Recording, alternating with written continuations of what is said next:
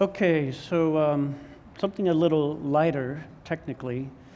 What Asir and Fabio and the speakers earlier today have kind of gone over a lot of technical details, laying out the landscape. The last two talks especially were something we're trying to do at QC Ware is kind of build libraries of sort of these known algorithms, useful algorithms, and put them in a library, a toolkit that other users in enterprises, industry, et cetera, can just start using and playing with and experimenting with.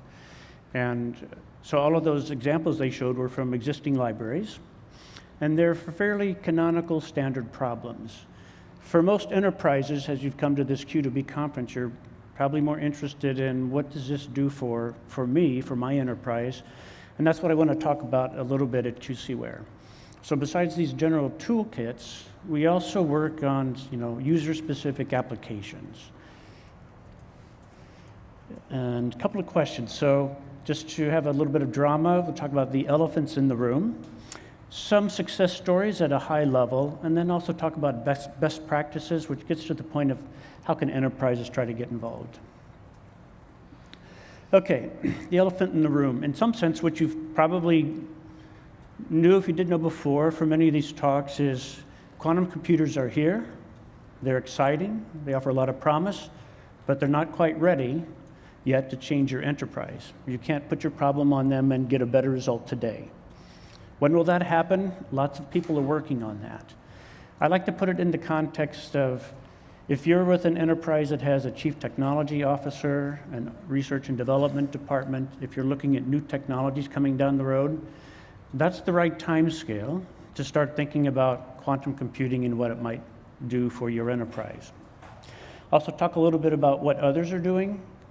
What have we learned from some of the projects that we've worked on with enterprise customers in our experience, and then some examples of how enterprise users can start getting involved. Okay, why engage in quantum computing project now? I would say that if we rolled out in the exhibition hall here a quantum computer that could demonstrate quantum supremacy across a wide array of applications, this would be, wow, that's great news. But I think most of the enterprise users would still go, well, okay, but how do we use it? Because you haven't prepared for it. In Yanni's talk this morning, he mentioned a little bit about quantum insurance policy, so that's one reason. In the sense of if there's a disruptive technology that shows up, when will you be able to take advantage of it? I think another way to look at it is also, you want to be able to take a new tool if it can give you a competitive edge, so you want to be prepared and ready to take advantage of it. And so some of that should start now. Start building the skills early so that you can understand the impacts and timing of the QC quantum computing capabilities for your use cases. Even with some of these simple examples that we talked about, the VQE, the QAOA, there are sort of standard ways of doing these, but often there are slightly different nuanced approaches that can be taken that might be relevant to your problem. So you want to be able to start exploring with those now. Not just being familiar with external knowledge, but having some of your people internally start gaining some expertise. As you noticed, I'll probably also hear, so many of the practitioners in quantum computing, they're like PhDs in quantum physics of some type. We'd like to start changing that and getting subject matter experts in industry a little bit more familiar with the technology and to start building a network of experts that they can kind of collaborate with. The way we like to think of it is we want to start inventing, sort of collaboratively inventing the future with your help, not just the quantum experts, okay? And pardon me just a second here. We do have water stashed away.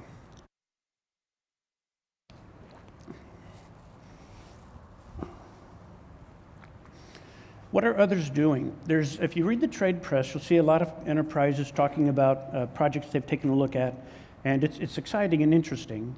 What I want to talk about are a couple of problems, applications generically, in the sense of when we work with customers, typically a non-disclosure agreement is signed, so we protect that confidentiality at this point.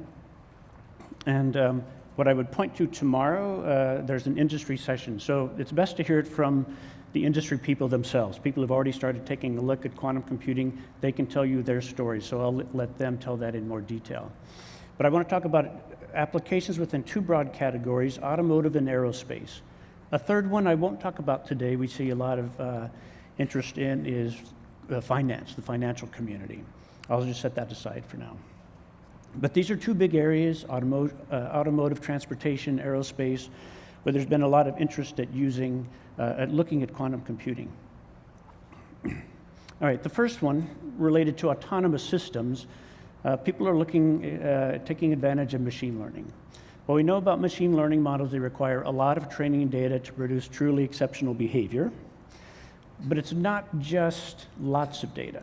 Right? So you want to drive if you're a car working on some type of autonomous driving, you want lots of data, but you also want data that covers a diverse range of driving conditions, right? You don't want to just train for the same safe condition all the time. So often what people try to do is supplement real data from your automobile and the data you collect in real life with some model that you can work and create different scenarios in your model to explore sort of out of nominal conditions and really explore the whole envelope of conditions your autonomous system would be operating under.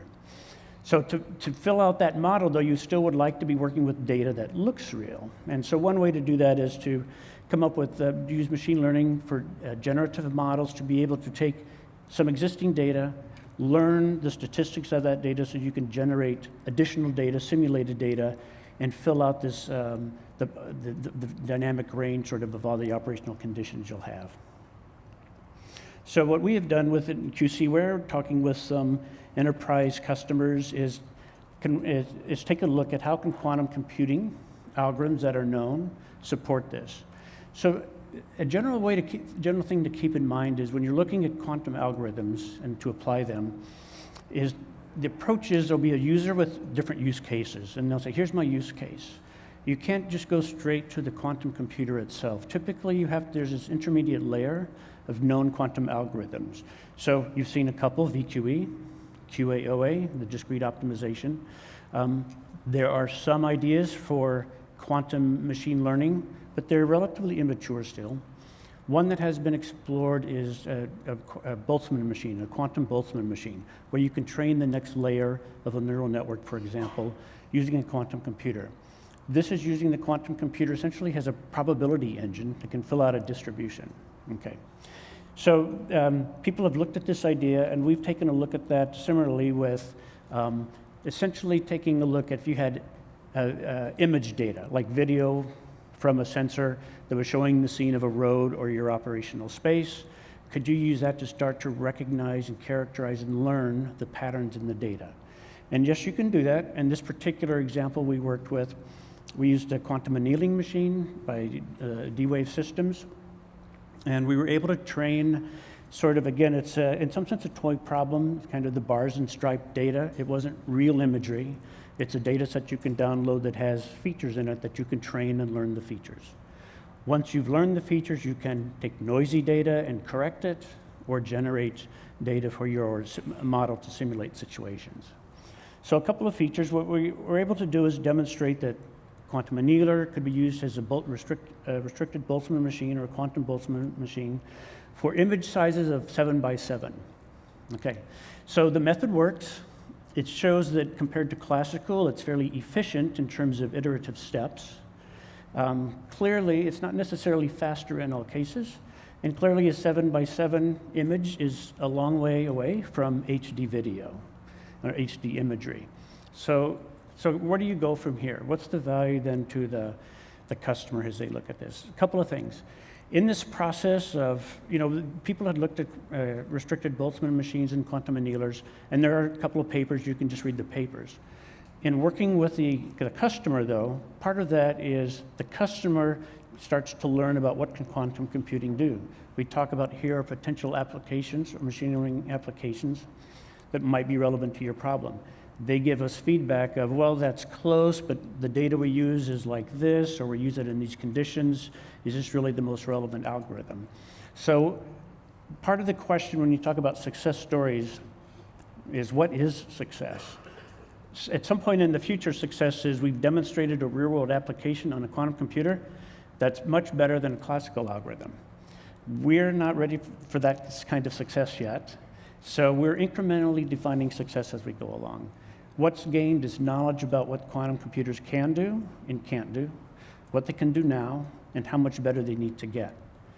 How much better they need to get, and sometimes you can quantify that in the sense of currently the machine can do 7 by 7. It would need, maybe it doesn't need to do HD video. Maybe for the application, 100 by 100 is okay. What size of quantum annealer would I need to do that, for example? A harder question is, when will we get there? We do with customers, we do make extrapolations in both the performance parameters of machines in the future and when we think they might get there, but those have wide error bars, right? You can imagine predicting the future is difficult. What we hope, though, is the customer has learned to be able to watch and follow the development of hardware and software to start making that assessment internally and decide when should they sort of ramp up their activities in that area. Okay. Another problem is fault tree analysis, or actually this is really part of a broader category called fault detection, validation and verification, this type of thing. This is used in many engineering disciplines, companies that do large systems, aviation, ships, military systems, computers. Here on this picture you see, I guess on the left here, an electronic, an integrated circuit.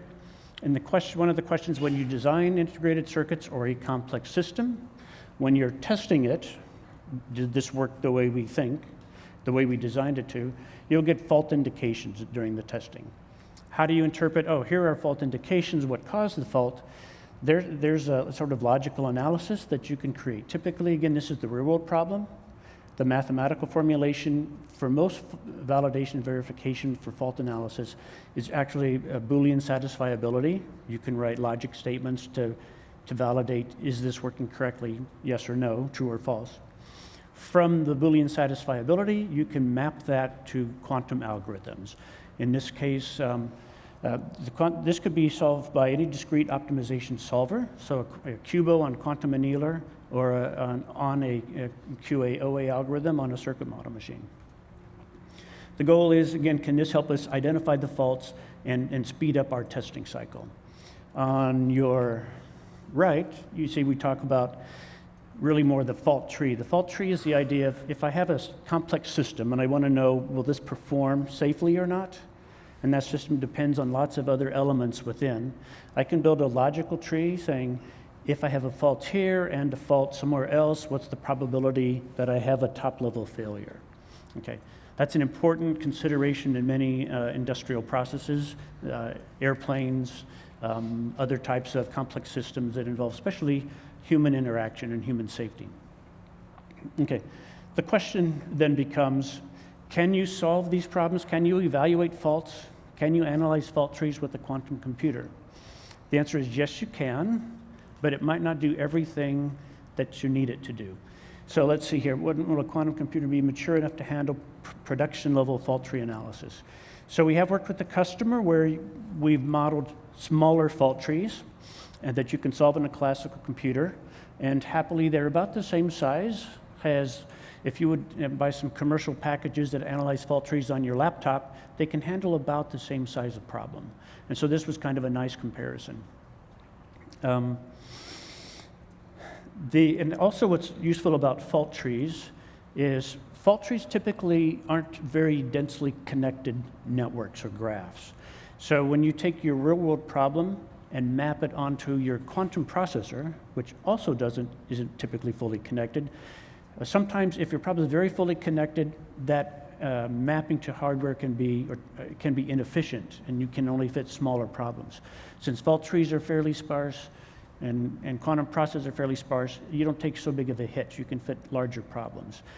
For example, if I was doing a circuit that was very nearly fully connected on, let's say, a quantum annealer with 2,000 qubits, like the D-Wave, which we tested these algorithms on, I could put a problem of about 60 binary variables on the 2,000 hardware qubits.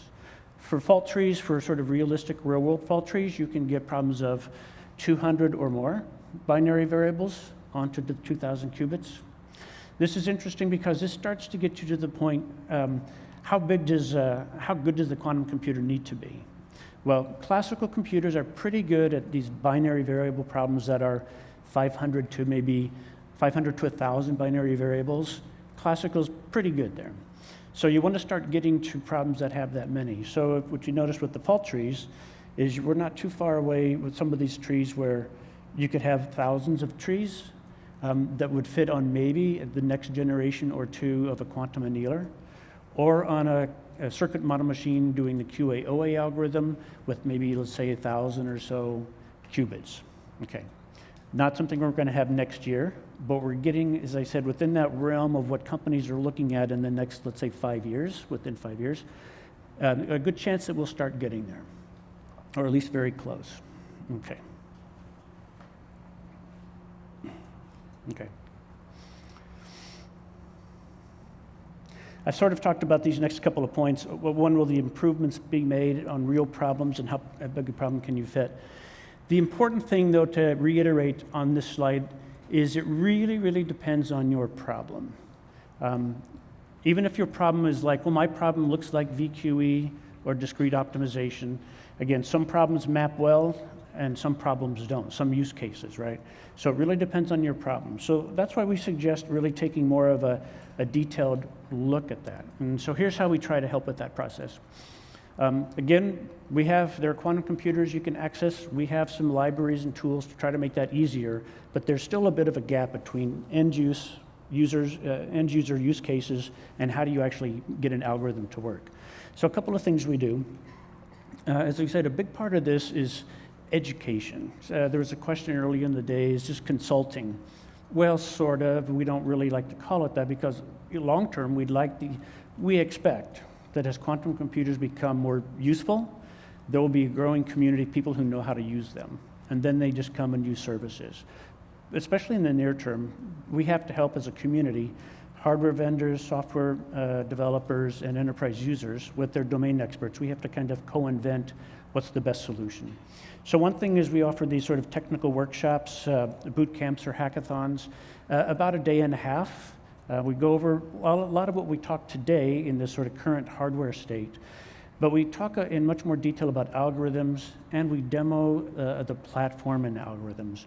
So for example, just aside from this landscape material, the demonstrations that Asir and Fabio showed for VQE and QA/OA, we actually developed that in more detail with the enterprise, with the customers' participants, have them access the platform in front of them, run some of those codes, actually modify and develop some of those codes.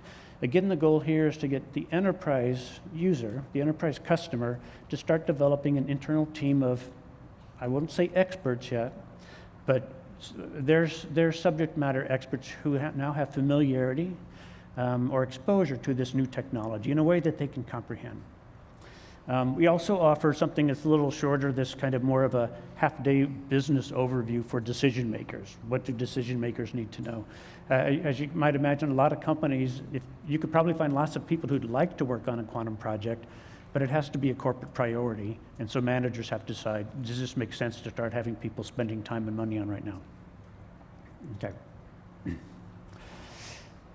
Aside from the education and workshops, there's a broader array here, a deeper level of engagement. And so as part of the overall quantum engagement strategy, you see that first step was education and business workshops.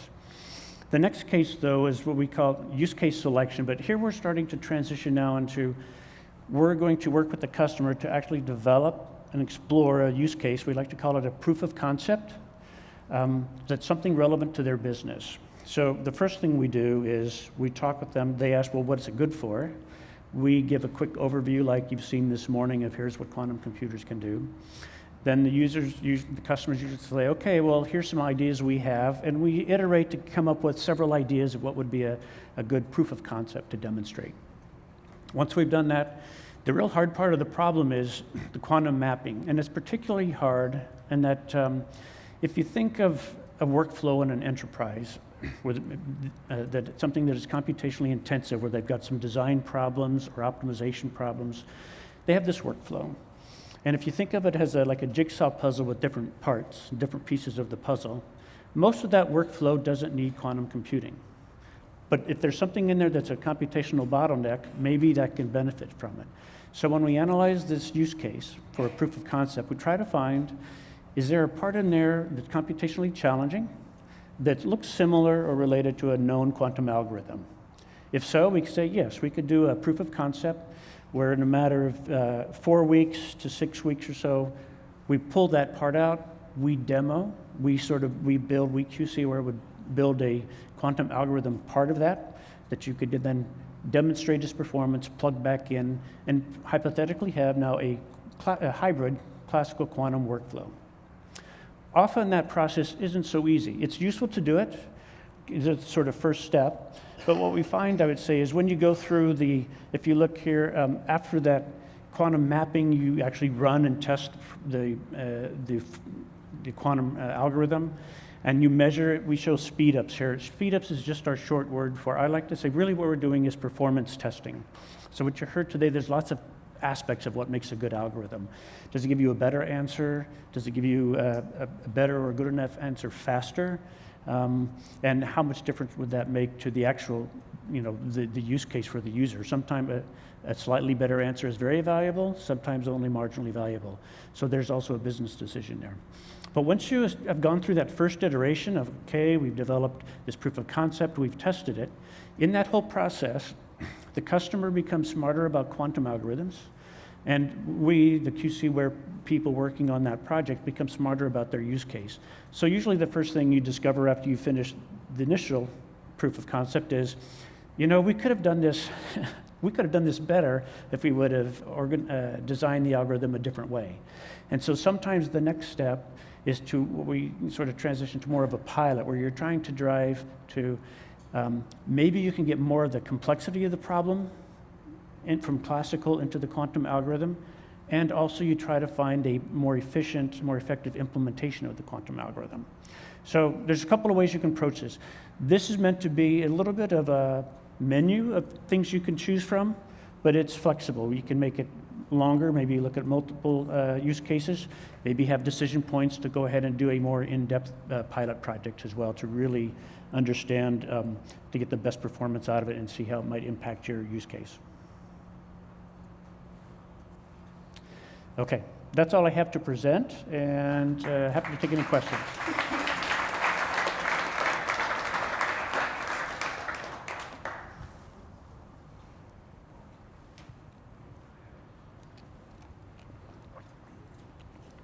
Hi, I came in a few minutes late, so if you said this at the beginning, just skip the question. But it's very interesting that the path that you painted.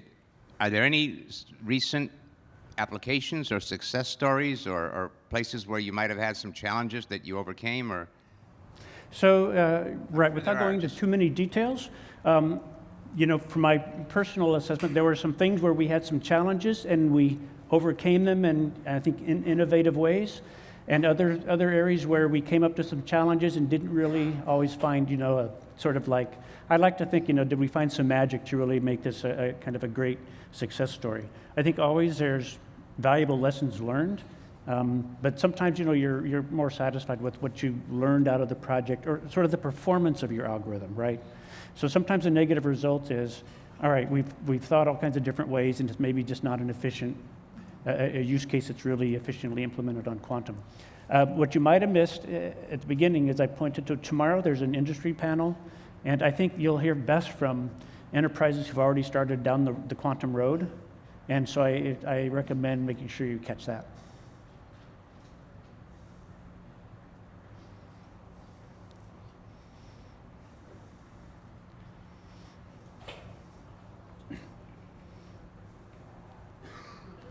What part of organizations are driving the adoption of these types of applications? Is it the R&D programs? Is it the C-suite? Is it the engineering teams? Is it the product teams? Where is it being driven from?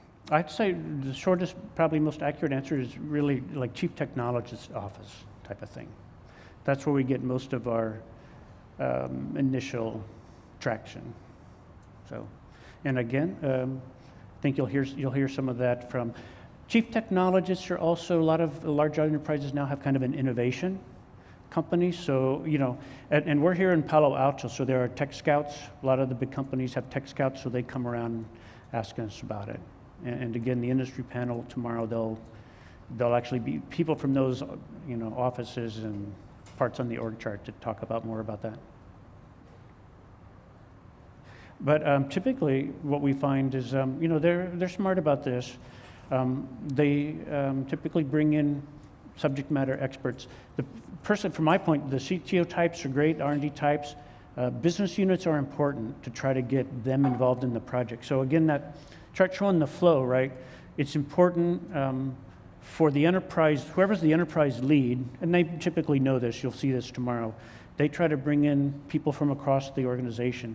And for us, it's a similar thing. We want to talk to them because part of that is sometimes we think we know what their problem is, but as it turns out, they usually know better. And it's good to get that feedback about, here's the problems that are the most challenging. And then also, I always try to connect with the people who are working on HPC, because high performance computing, because they're kind of already working these types of problems.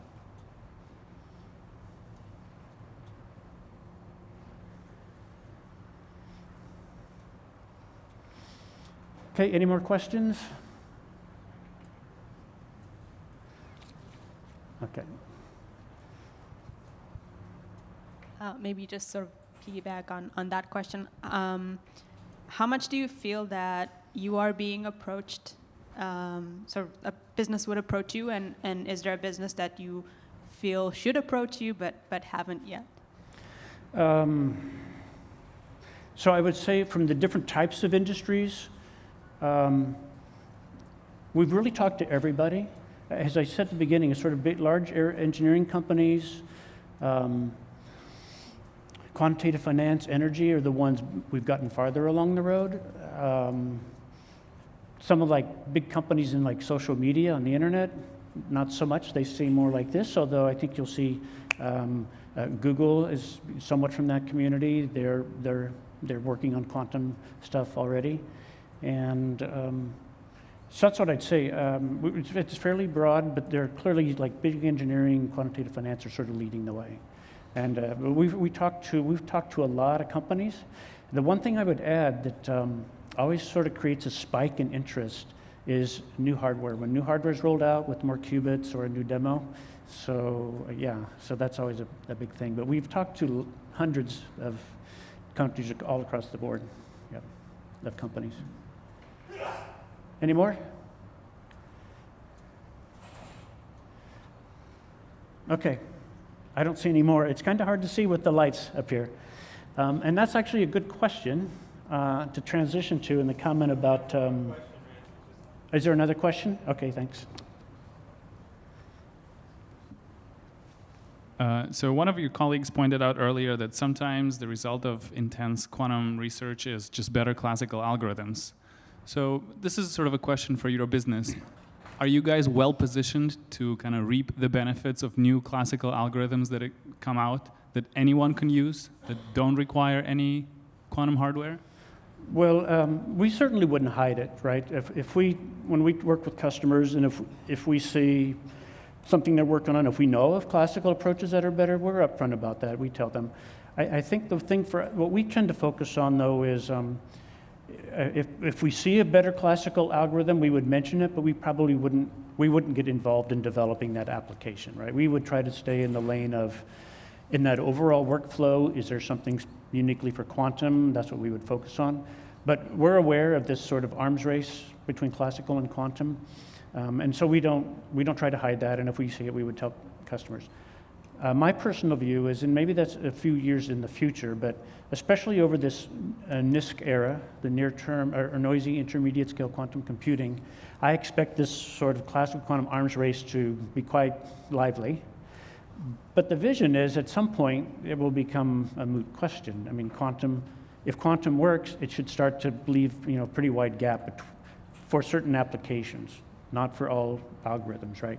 So we don't have a problem with classical getting better.